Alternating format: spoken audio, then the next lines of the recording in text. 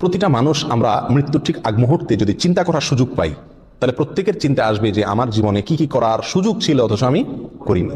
অতএব জীবনের প্রতিটি মুহূর্তকে, প্রতিটি সেকেন্ডকে মূল্যায়ন করা উচিত একজন মুমিনের জন্য। একটা মিনিট সময় এর ভিতরে যদি আমি আমল করতে চাই, তো বহু আমল এক মিনিটের ভিতরে করা যায়। প্রতিদিনে 1440 মিনিট আমরা ব্যয় করে থাকি। এই 1440 মিনিট থেকে প্রতিদিন যদি 1 মিনিট আমি আমল করি, আর এটা নিয়মিত করি আমার মৃত্যু পর্যন্ত, ইনশাআল্লাহ দেখা যাবে আমার আমল নামায় আমলের বিশাল পাহাড় জমা হয়ে গেছে। কিভাবে সেটা? কিসে আমল আমরা 1 মিনিটের ভিতরে এত আমল করতে পারি? 1 মিনিটে আমি 10 বার সূরা ইখলাস পড়তে পারি। কয়বার?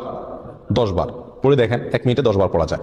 9 বার কমপক্ষে আপনি পড়তেই পারবেন। নবী আলাইহিস সালাম তার এক হাদিসে বলেছেন যে তোমাদের মধ্যে কেউ কি প্রতিদিন একবার গোটা কোরআন পড়ে শেষ করতে পারবে? সাহাবায়ে কেরাম বলেন, ইয়া রাসূলুল্লাহ, এটা তো কঠিন, প্রতিদিন গোটা কোরআন একবার শেষ করা। তিনি বলেছেন সূরা ইখলাস, কুল হুয়াল্লাহ, কোরআনে কারীম 3 ভাগের 1 ভাগ পড়া সমপরিমাণ সওয়াবের সমতুল্য। তাহলে আপনি 1 মিনিট সময়ের ভিতরে যদি 9 বার